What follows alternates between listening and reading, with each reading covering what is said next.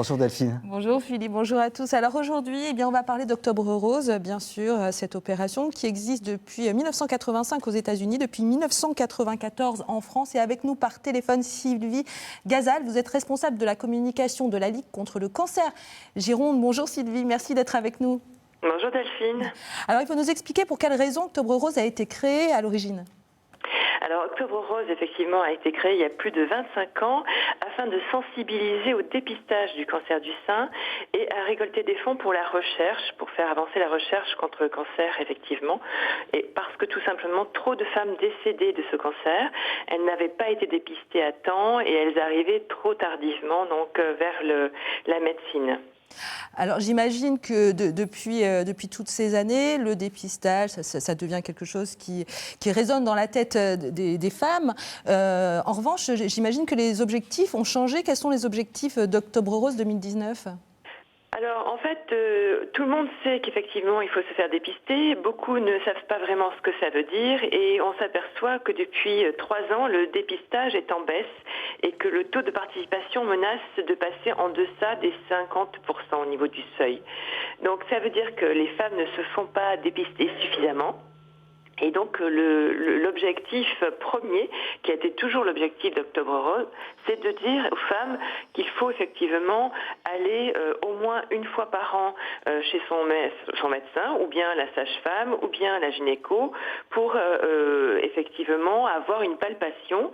Et puis à partir de 50 ans jusqu'à 74 ans, c'est de participer au dépistage organisé donc par l'État et de passer une mammographie tous les 2 ans dans des centres agréés avec une double lecture pour justement prendre en compte les petites tumeurs ou les petites anomalies avant même qu'elles soient détectées à la main. Alors ce dépistage, ça peut effrayer certaines personnes, certaines femmes. Est-ce que vous avez un conseil, quelque chose pour rassurer les femmes pour qu'elles aillent se faire dépister ? Alors, les femmes en général effectivement stressent beaucoup parce qu'autour d'elles, elles ont eu des cas dans la famille ou dans les amis. Donc nous, on leur propose, on leur dit que peut-être de poser une journée, de prendre rendez-vous avec des amis, d'y aller entre amis, de se motiver, de se dire surtout que dépister très tôt et avoir un suivi de ses seins, c'est justement faire en sorte de ne pas tomber malade. Ou alors de détecter très très tôt, elles pourront avoir un traitement très simple et elles pourront guérir très très vite. Donc se dire effectivement qu'il faut prendre soin de soi. Souvent les femmes nous disent qu'elles n'ont pas le temps parce qu'elles s'occupent de leur famille, elles prennent les rendez-vous pour les autres personnes de leur famille. Mais se dire que si on veut bien s'occuper de sa famille, il faut être en bonne santé. Donc c'est se motiver, c'est se retrouver entre amis, organiser un petit café avant, essayer de trouver toutes les astuces.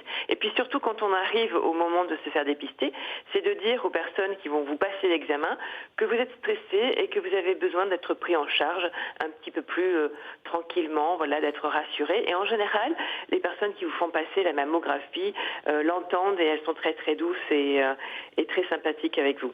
Et merci beaucoup Sylvie pour tous ces conseils, merci beaucoup et on vous souhaite un Octobre Rose qui fonctionne bien cette année encore. Merci beaucoup. Merci à vous. Bonne journée de faire Sylvie. passer le message et dites à toutes les femmes, continuez à garder, faire du sport, éviter de fumer, éviter de boire de l'alcool et puis pensez surtout à soi et à sa santé. Merci beaucoup. Merci Sylvie. Et on rappelle le numéro de téléphone à votre disposition pour nous faire connaître ceux qui se bougent sur le terrain, 0805 383 383.